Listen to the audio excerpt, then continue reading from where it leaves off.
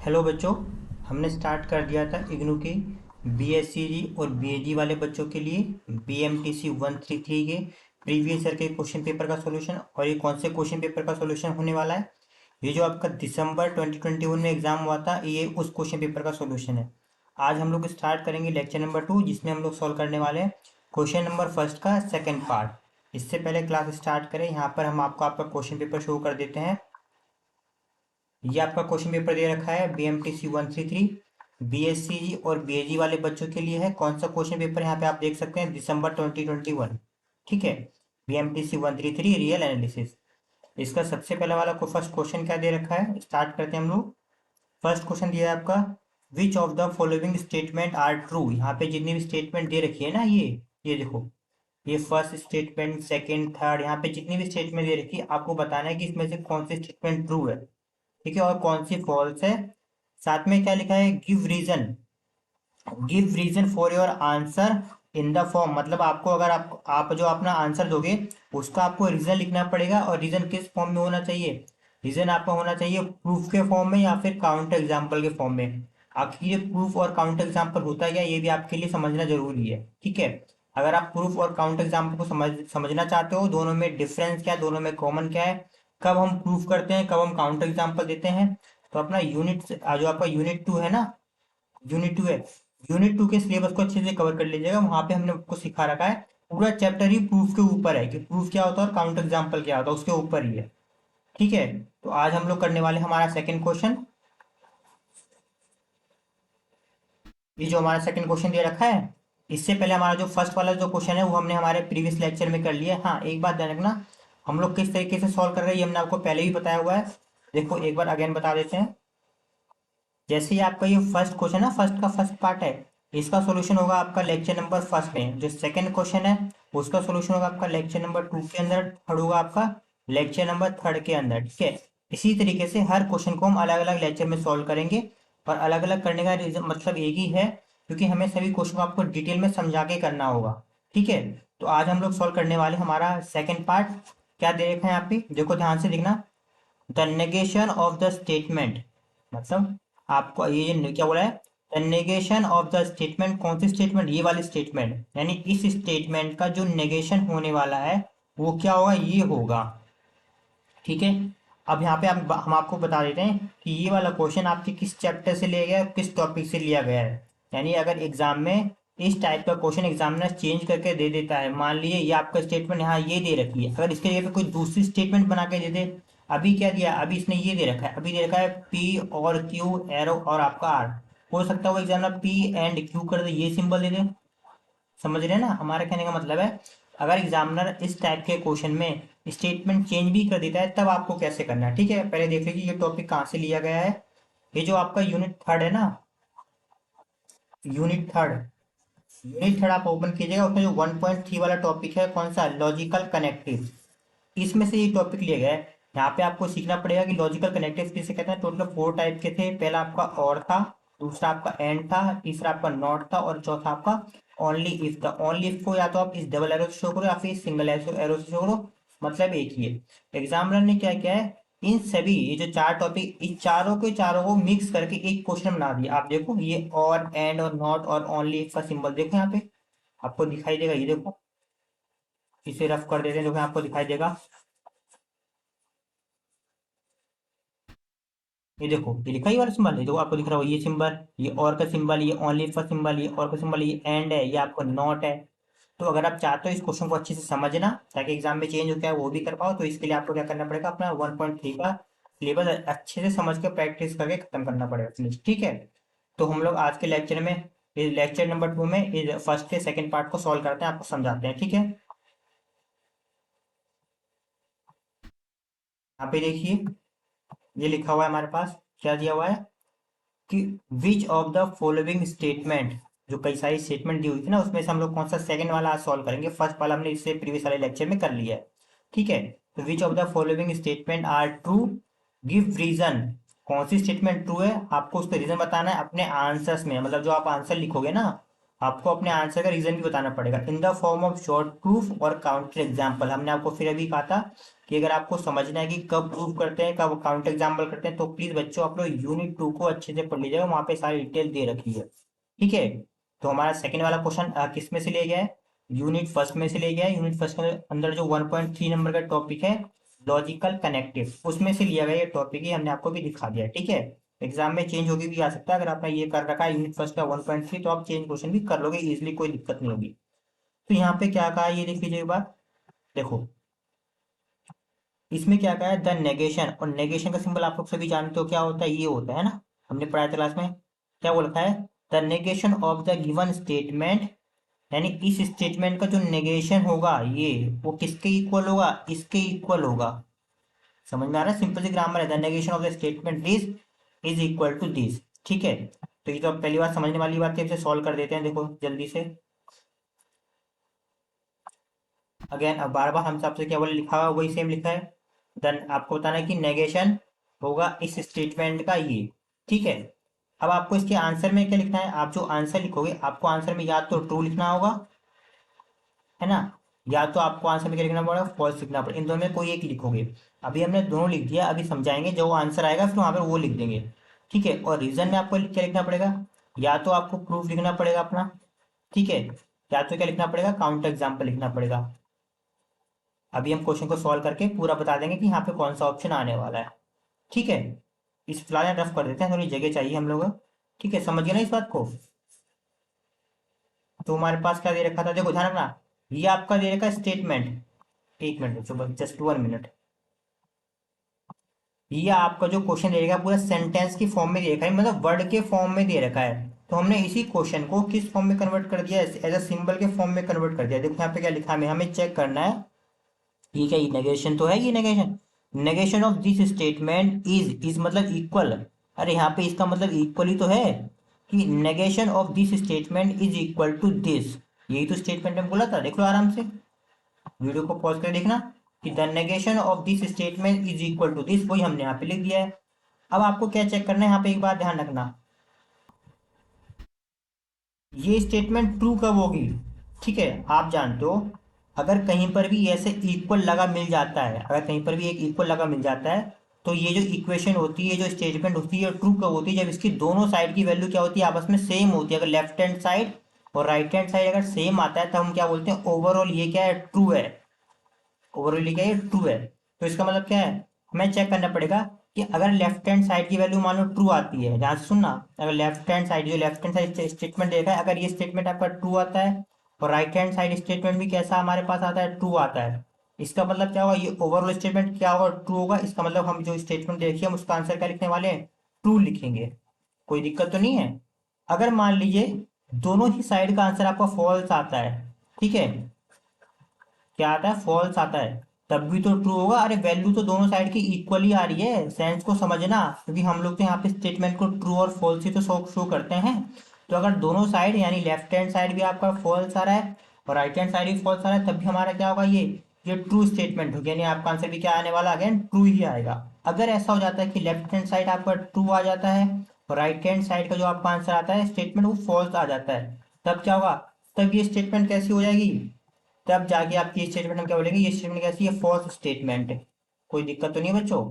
अगर मान लीजिए ऐसा होता है कि अगर लेफ्ट हैंड साइड आपकी फॉल्स आती है, ठीक है, और आपकी राइट हैंड साइड कैसी आती है, ट्रू आती है, तब भी तो आपका ओवरऑल स्टेटमेंट कैसा हो जाएगा, फॉल्स हो जाएगा। क्लियर है। तो इक्वल का मतलब क्या होता है, इसे रफ कर देते हैं। तो इक्वल का मतलब है कि इक्वल के दोनों साइड की जो वैल्यू है आपकी सेम आनी चाहिए। अब करें सॉल्व, देखो यहाँ पे क्या लिखा है, here we have three statement P Q R, हमने तीन स्टेटमेंट एज्यूम करे। पहला स्टेटमेंट क्या दे रखा हमारे पास, पी, जिसमें क्या बोल रखा है, टू ग्रेटर देन जीरो, और ये कैसा है, ट्रू स्टेटमेंट है, क्योंकि टू जो होता है जीरो से ग्रेटर होता है। सेकंड स्टेटमेंट क्या दे रखी है हमें, कि फोर ग्रेटर देन जीरो, और ये भी क्या होता है हमारे पास, ये भी ट्रू स्टेटमेंट है। थर्ड क्या दे रखा है, कि two plus four greater than zero, यानी ये भी क्या है, ट्रू स्टेटमेंट। अब आपके मन में क्वेश्चन आ रहा होगा, सर आपने तीनों ट्रू लिए। बच्चों आपकी मर्जी, आप चाहो तो तीनों, हमने तीनों ट्रू यूज किए हैं, हमने तीनों ट्रू स्टेटमेंट यूज की, आप चाहो तो तीनों फॉल्स यूज कर लो, मर्जी है आपकी। तीन अपनी मर्जी से कोई सी मानना, हो सकता है आप पहली ट्रू कर लो, बाकी दो आप फॉल्स मान लो, पहली दो ट्रू मान लो, तीसरी फॉल्स मान लो, मतलब ऑप्शन है आपके पास, कुछ भी यूज कर सकते हो, कोई फर्क नहीं पड़ता। ठीक है, अब इन्हीं स्टेटमेंट का यूज करके आपको चेक करना है कि लेफ्ट हैंड साइड का आंसर ट्रू आता है कि फॉल्स आता है, राइट हैंड साइड का आंसर ट्रू आता है कि फॉल्स आता है। ठीक है, तो देखो यहाँ पे ये तो हमने यहाँ पे अगेन दोबारा लिख दिया देखने के लिए। अब यहाँ पे आपको एक चीज पता होनी चाहिए, ये ठीक है, ये पहला पॉइंट, ये आपका कि एंड में कब ट्रू होता है कब फॉल्स होता है, ठीक है, और में कब ट्रू कब फॉल्स होता है, ठीक है। थर्ड, नेगेशन में क्या होता है और आपका फॉल्स ओनली इफ का क्या मतलब होता है ना। ये सारी बातें हमने आपको लेक्चर्स में समझा दी थी। तो सॉल्व करें।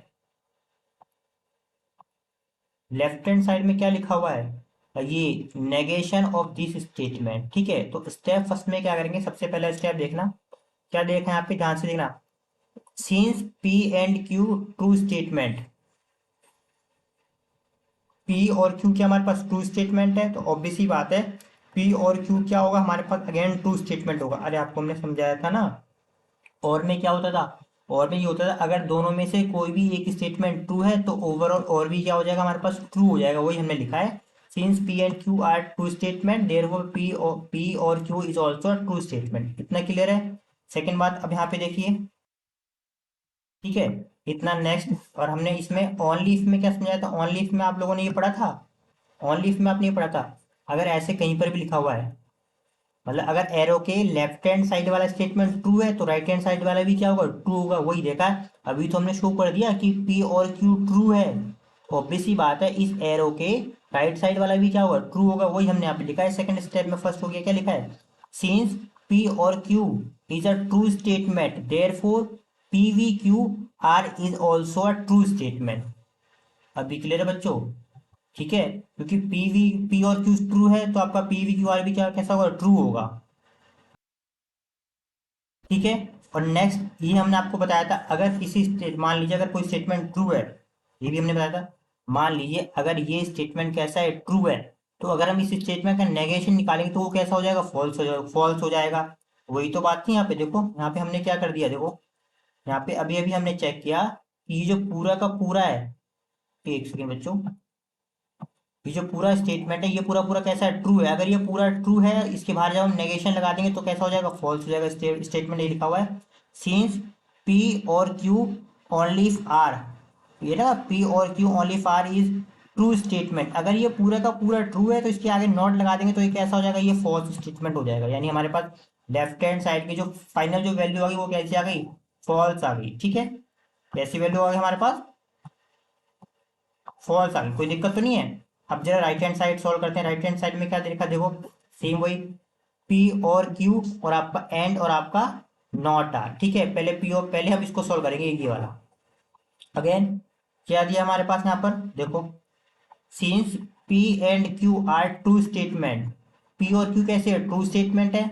ऑब्वियस सी बात है अगर पी और क्यू दोनों ट्रू है तो पी और क्यू भी क्या होगा, हमारा ट्रू स्टेटमेंट होने वाला है। अरे हमें और की वैल्यू तो पता है ना, और में कब ट्रू होता है कब फॉल्स होता है।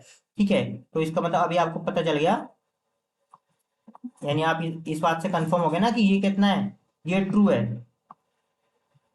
ये कितना है, ये ट्रू है। कोई दिक्कत तो नहीं है। ठीक है, अब इसमें चेक करो, आर क्या था हमारे पास, आर कैसा है, आर ट्रू है। अगर आर ट्रू है, ध्यान सुना, अगर आर ट्रू है तो ये नॉट आर कैसा हो जाएगा, फॉल्स हो जाएगा। कोई दिक्कत तो नहीं है। देखो आर ट्रू है तो नॉट आर क्या हो जाएगा, फॉल्स हो जाएगा। अब जो ये अब बात आती है एंड की, एंड के एक साइड क्या है, ट्रू है, और एंड के एक साइड कैसा है, फॉल्स है। और आपने एंड में सीखा था, एंड में आपने क्या सीखा था, एंड ट्रू तभी होगा जब दोनों के दोनों ट्रू होंगे। एंड में आपने ये तो सीखा था कि अगर पहला वाला ट्रू है दूसरा वाला ट्रू है तभी आपका तीसरा ट्रू आएगा, है ना। अदरवाइज अगर आपका एक ट्रू है दूसरा फॉल्स है तो आपका से कितना क्या आएगा, फॉल्स आएगा। वही देखो यहाँ पे लिखा हुआ है, सीन से लिखा हुआ है। इसका कलर चेंज कर देते हैं, since R is true then not R is false. अब देखो अभी हमने देखा सीन्स ये पी क्यू ट्रू है, नॉट आर फॉल्स है, एक ट्रू एक फॉल्स, तो ओवरऑल ये पूरी की पूरी स्टेटमेंट कैसी हो जाएगी, फॉल्स स्टेटमेंट हो जाएगी, क्योंकि एक ट्रू एक फॉल्स है। क्लियर है यहाँ पे। तो ये यानी राइट हैंड साइड क्या आ गया हमारे पास, फॉल्स, और लेफ्ट हैंड साइड भी क्या हमारे पास थी, फॉल्स थी। तो यहाँ पे क्या लिखोगे, यहाँ पे आप लिखोगे since, since, since right hand side and left hand side of given statement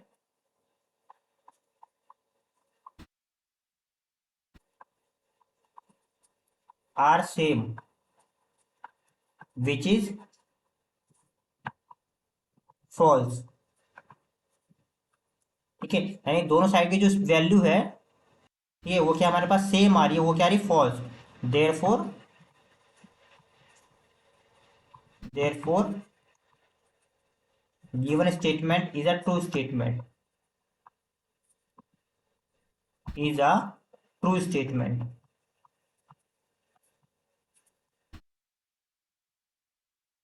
ठीक है, कर लोगे इतना। इस तरीके से बच्चों ध्यान रखना, एग्जाम में क्या हो सकता है, इसके प्लेस पर मैं आपको समझा देते हैं, इसके प्लेस पर एग्जामिनर कोई सी भी स्टेटमेंट लिख कर दे सकता है चेंज करके। तो उससे आप परेशान मत हो ना, आपको बस कितना करना पड़ेगा, आपको बस ये करना पड़ेगा। पहली बात अपना ये कॉन्सेप्ट पूरा क्लियर कर लेना, ठीक है, और कंडीशन कनेक्टेड वाला। दूसरी बात आपको करना क्या पड़ता है, लेफ्ट हैंड साइड को सॉल्व करके चेक करना पड़ता है कि वो ट्रू आ रहा है कि फॉल्स आ रहा है, और राइट हैंड साइड भी सॉल्व करके चेक करना पड़ता है वो ट्रू आ रहा है फॉल्स आ रहा है। अब इसका आंसर क्या, आंसर लिखोगे फॉल्स, सॉरी ट्रू स्टेटमेंट, क्या लिखोगे ट्रू स्टेटमेंट। और रीजन में क्या लिखो, आप प्रूफ लिखोगे क्योंकि आपने अपनी तरफ से प्रूफ किया हुआ है। ठीक है, तो 2021 वाले दिसंबर में आपका केवल एक ही क्वेश्चन आया हुआ था। ठीक है, नेक्स्ट हम लोग क्या करने वाले हैं, नेक्स्ट लेक्चर में हम लोग करेंगे हमारा लेक्चर नंबर थर्ड।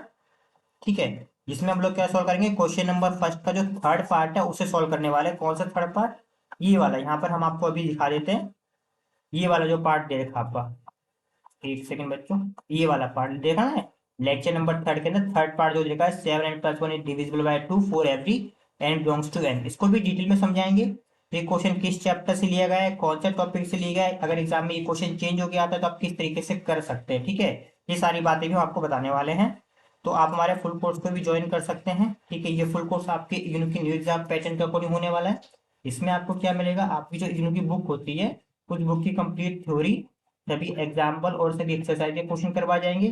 सभी लेक्चर के साथ आपको वीडियो और पीडीएफ नोट्स मिलेंगे। लेक्चर के साथ साथ आपको प्रैक्टिस क्वेश्चन और इंपॉर्टेंट क्वेश्चन करवा जाएंगे। इसके अलावा जो आपका लेटेस्ट असाइनमेंट है, जो आपके प्रीवियस के क्वेश्चन पेपर है, उन दोनों का भी सोल्यूशन करवा जाएगा। यानी कि असाइनमेंट के क्वेश्चन और प्रीवियस के जो क्वेश्चन है उनकी भी बकायदा क्लास हुई, उनके भी लेक्चर्स होंगे, जैसे ये वाला हो रहा है। ठीक है, इसके साथ ही आपका जो सिलेबस है और जो आपकी बुक्स है, दोनों का ही पीडीएफ फॉर्म आपको दिया जाएगा।